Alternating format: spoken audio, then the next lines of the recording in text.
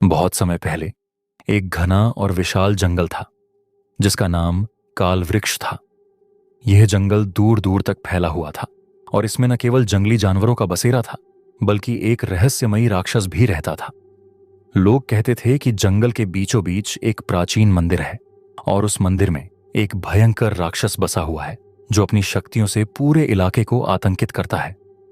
राज्य का नाम था महेंद्रपुर और वहां का राजा था विक्रमदेव। राजा विक्रमदेव एक बहादुर और न्यायप्रिय शासक थे, लेकिन उनके राज्य के लोग लगातार जंगल में हो रही अजीब घटनाओं से डरते थे।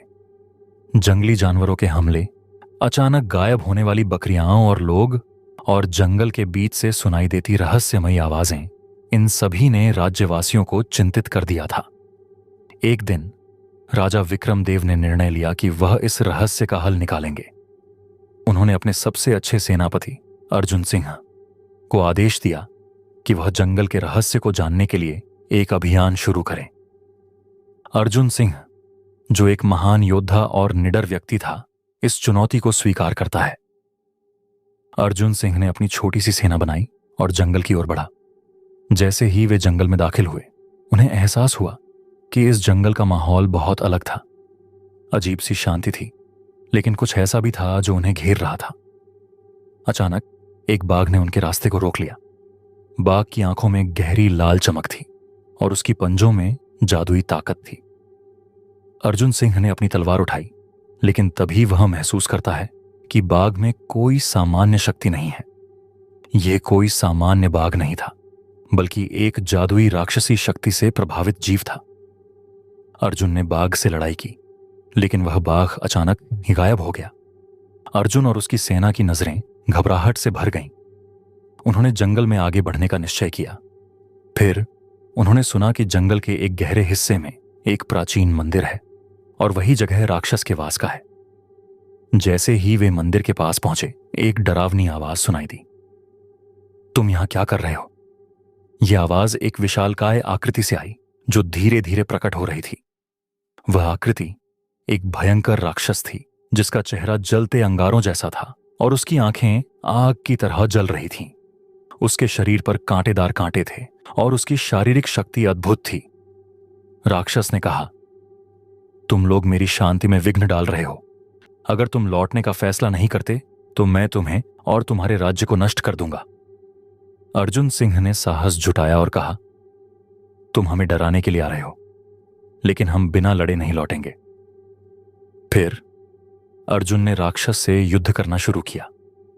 राक्षस की ताकत बहुत अधिक थी, लेकिन अर्जुन सिंह का साहस और रणनीति भी कम नहीं थी। उसने अपनी तलवार से राक्षस पर कई जबरदस्त हमले किए, लेकिन राक्षस की त्वचा बेहद मजबूत थी। वह बार बार हमलों से बच जाता, लेकिन अर्जुन ने समझ लिया कि इसे हराने के लिए उसे अपनी बुद्धिमत्ता और जंगल की शक्ति का उपयोग करना होगा।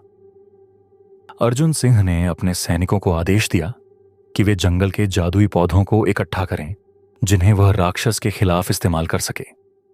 इन पौधों में अद्भुत औषधीय गुण थे जो राक्षस की शक्तियों को कमजोर कर सकते थे। जैसे ही उन्होंने उन पौधों का इस्तेमाल किया, राक्षस की शक्तियां कम होने लगीं। अब अर्जुन सिंह ने अपनी पूरी ताकत से राक्षस पर हमला किया और उसे पराजित किया। राक्षस की हार के साथ ही जंगल में एक अजीब सी शांति छा गई। जंगली जानवर जैसे बाघ, शेर और हाथी, जो पहले आक्रामक थे, अब शांत हो गए। राक्षस के हार जाने के बाद जंगल के जानवर भी अपनी प्राकृतिक अवस्था में लौट आए। अर्जुन सिंह और उनकी सेना ने यह सुनिश्चित किया कि जंगल के सभी रहस्यों को सुलझाया जा चुका है और अब वहां शांति स्थापित हो चुकी थी। राजा विक्रमदेव को जब अर्जुन ने जंगल के रहस्य का हल बताया तो वह बेहद खुश हुए और उन्होंने अर्जुन सिंह को सम्मानित किया।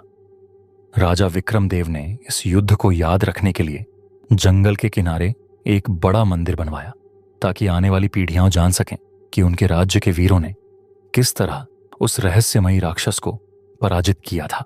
और इस तरह महेंद्रपुर राज्य में शांति लौट आई और जंगल के रहस्य को हमेशा के लिए समाप्त कर दिया गया। दोस्तों, कहानी कैसी लगी हमें कमेंट में जरूर बताएं और ऐसी रहस्यमय कहानियां देखने के लिए चैनल को जरूर सब्सक्राइब करें।